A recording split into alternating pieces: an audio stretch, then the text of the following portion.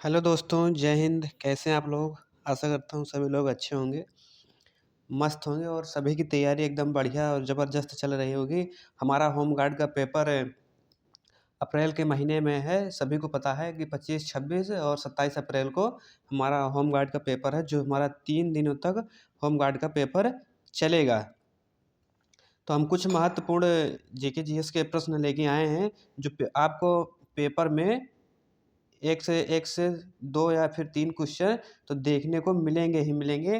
तो वीडियो में शुरू से लेके अंत तक बने रहिएगा और यदि आप चैनल पे नए हैं तो सब्सक्राइब ज़रूर करिएगा और बेल आइकन को दबाना मत भूलिएगा। चलिए हम प्रश्न नंबर 1 को देखते हैं। प्रश्न नंबर 1 की बात करेंगे कि हमारा गोदान निम्नलिखित में से किस प्रसिद्ध लेखक द्वारा लिखा गया है? तो उपन्यास या किस लेखक द्वारा लिखा गया है? तो हमारा मुंशी प्रेमचंद के द्वारा ये हमारा लिखा गया था, जो हमारा डी एकदम करेक्ट आंसर होगा। प्रश्न नंबर 2 की बात करेंगे, निम्नलिखित में से कौन सा भारत का सर्वोच्च नागरिक पुरस्कार है? तो कौन सा है भारत का सर्वोच्च नागरिक पुरस्कार? तो यह हमारा भारत रत्न है, जो हमारा ए एकदम करेक्ट आंसर होगा। प्रश्न नंबर हम 3 की बात करेंगे, निम्नलिखित में से किस दिन को भारत में संविधान दिवस के रूप में मनाया जाता है? तो हमारा यह किस दिन को मनाया जाता है? ये हमारा 26 नवंबर को मनाया जाता है, जो सी एकदम करेक्ट आंसर होगा। प्रश्न नंबर हम 4 की बात करेंगे, दशकीय जनगणना कराने की जिम्मेदारी निम्नलिखित में से किस मंत्रालय पर है? तो ये किस मंत्रालय पर है? तो किस मंत्रालय में? हमारा गृह मंत्रालय पर है। जो इसकी जिम्मेदारी होती है दशकीय जनगणना मनाने की, वो हमारे गृह मंत्रालय को जाता है, जो हमारा डी एकदम करेक्ट आंसर होगा। प्रश्न नंबर हम 5 की बात करेंगे कि राष्ट्रीय मानव अधिकार आयोग का मुख्यालय निम्नलिखित में से कहाँ स्थित है? तो हमारा कहाँ स्थित है? यह हमारा जो है दिल्ली, ये हमारा नई दिल्ली, पहले दिल्ली में, नई दिल्ली में हमारा यह स्थित है, जो हमारा सी एकदम करेक्ट आंसर होगा। प्रश्न नंबर हम 6 की बात करेंगे, साइबर क्राइम की शिकायत दर्ज कराने के लिए हेल्पलाइन नंबर क्या है? तो हमारा यह हेल्पलाइन नंबर कौन सा है? 1930 है। यदि आपको साइबर क्राइम पर शिकायत दर्ज करानी है तो 1930 हमारा यह हेल्पलाइन नंबर है, आप करा सकते हैं, जो हमारा सी एकदम करेक्ट आंसर होगा। प्रश्न नंबर हम 7 की बात करेंगे, उत्तर प्रदेश पुलिस की टैगलाइन क्या है? तो ये हमारा क्या है टैगलाइन इसकी? क्या है हमारे उत्तर प्रदेश पुलिस की? जो ये हमारी है, सुरक्षा आपकी संकल्प हमारा। आपको कभी जाइएगा जहाँ चेकिंग वगैरह लगी रहेंगी, आपको जो बड़ा सो रखा मिलता है रोड के बीच में, उसमें लिखा रहेगा सुरक्षा आपकी संकल्प हमारा। ये हमारा उत्तर प्रदेश पुलिस की टैगलाइन हमारी यही है, जो हमारा बी एकदम करेक्ट आंसर होगा। यह इस बार जो 2024 में यूपीपी का पेपर हुआ था, यह प्रश्न उसमें आया था। यह वेरी वेरी इंपॉर्टेंट है, वेरी वेरी इंपॉर्टेंट है। तो इसको कहीं नोट, ये तो सभी को पता है। तो देखिएगा, प्रश्न नंबर हम 8 की बात करेंगे। प्रश्न नंबर 8 है हमारा कि G20 का पूर्ण रूप क्या है? तो हमारा G20 का पूर्ण रूप क्या है? तो हमारा ये इसका मतलब, इसका हमको फुल फॉर्म बताना है, तो ग्रुप ऑफ ट्वेंटीज़, जो हमारा ए एकदम करेक्ट आंसर होगा। प्रश्न नंबर हम 9 की बात करेंगे कि भारत का निम्नलिखित में से कौन सा पड़ोसी देश भारत के साथ भूमि साझा नहीं करता है? तो हमारा कौन सा है जो भारत के साथ भूमि साझा नहीं करता है? तो भारत म्यांमार, नेपाल और भूटान के साथ भूमि साझा, मतलब इन तीनों के साथ हमारा भूमि साझा करता है। जबकि मालदीव केवल एक समुद्री सीमा है। हमारा मालदीव केवल एक समुद्री सीमा है, जो समुद्र के माध्यम से है। वह पड़ोसी देश है, इसलिए हमारा भारत इसके साथ सीमा साझा नहीं करता है। तो हमारा कौन सा सीमा साझा नहीं करता है? मालदीव सीमा साझा नहीं करता है भारत के साथ, जो हमारा डी एकदम करेक्ट आंसर होगा।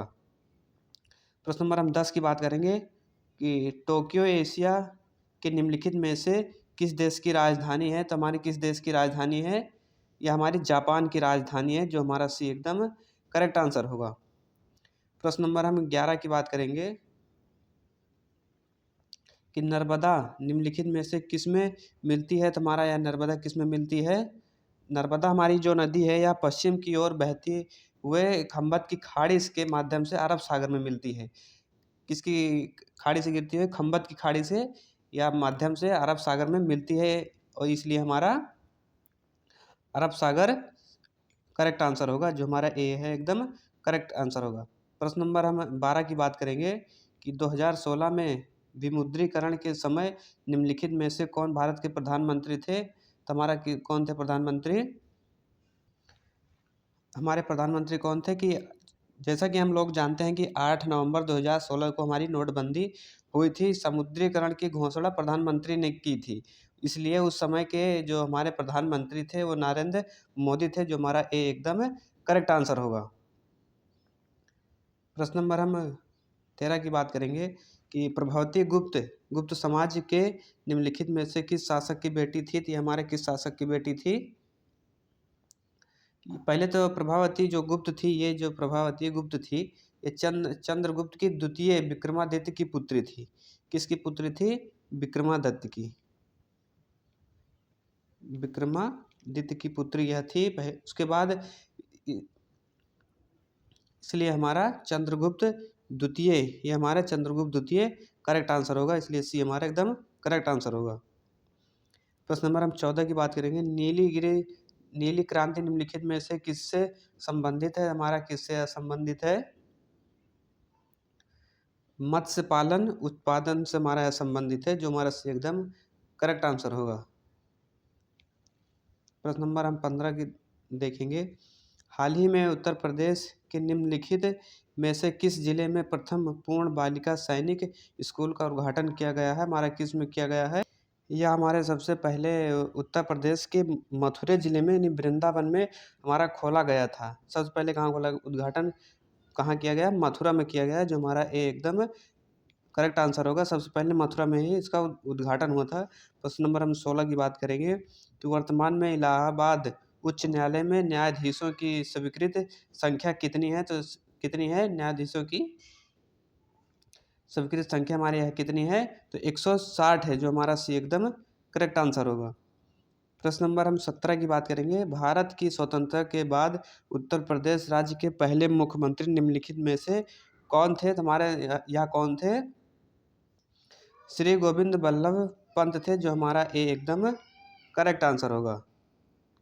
प्रश्न नंबर हम 18 देखेंगे कि उत्तर प्रदेश की राज्य सीमा निम्नलिखित में से किस राज्य की सीमा को नहीं छूती है? तो हमारा यह किसको नहीं छूती है? जो हमारे उत्तर प्रदेश की राज्य सीमा है वह बिहार और उत्तराखंड और हरियाणा तीनों से हमारी यहाँ मिलती है, जबकि तेलंगाना से कोई सीमा नहीं लगती, इसलिए हमारा तेलंगाना करेक्ट आंसर होगा, यानी ये हमारा एकदम करेक्ट आंसर होगा। प्रश्न नंबर हम 19 की बात करेंगे। जिस समय बक्सर का युद्ध हो रहा था उस समय बंगाल का नवाब कौन था?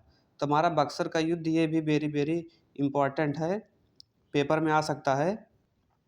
हमारा बक्सर का युद्ध 1764 में हुआ था, जब मीर कासिम नवाब थे। हमारे कौन थे? मीर कासिम कौन थे? नवाब थे। तब हमारा युद्ध 1964 में हुआ था। उसके बाद युद्ध हारने के बाद मीर जाफ़र को पुनः नवाब बनाया गया था। किसको बनाया गया था? मीर जाफ़र को हमारा नवाब बनाया गया था, इसलिए हमारा ए एकदम करेक्ट आंसर है। यह पेपर में आ भी सकता है, इसलिए इसको कहीं नोट करके रख लीजिएगा। प्रश्न नंबर हम 20 को देखेंगे कि गुप्त समाज के संस्थापक कौन थे? तो कौन थे गुप्त समाज के संस्थापक? श्री गुप्त थे, जो गुप्त समाज के संस्थापक थे। जबकि हम कुछ इस प्रकार भी कह सकते हैं कि जबकि चंद्रगुप्त प्रथम को वास्तविक संस्थापक माना जाता है, पहले उनको माना जाता था, लेकिन अब गुप्त वंश के यही श्री गुप्त हैं, जो हमारा सी एकदम करेक्ट आंसर होगा। प्रश्न नंबर हम 21 देखेंगे। घरेलू हिंसा से महिला संरक्षण अधिनियम कब लागू किया गया? तो कब लागू किया गया था?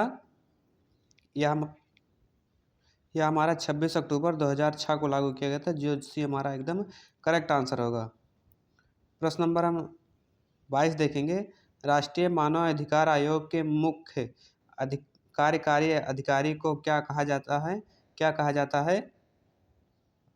तो महासचिव हमारा क्या कहा जाता है? महासचिव कहा जाता है, जो हमारा डी एकदम करेक्ट आंसर होगा।